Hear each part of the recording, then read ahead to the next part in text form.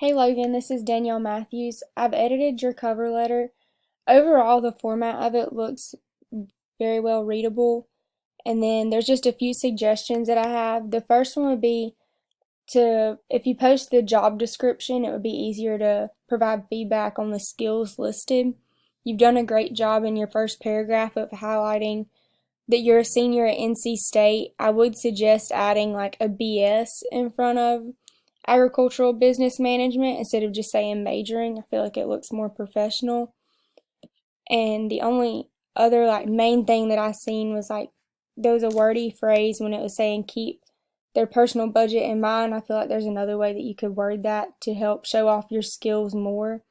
I like the way that you used words like gained and obtained to show that there's growth that you had from your job experiences.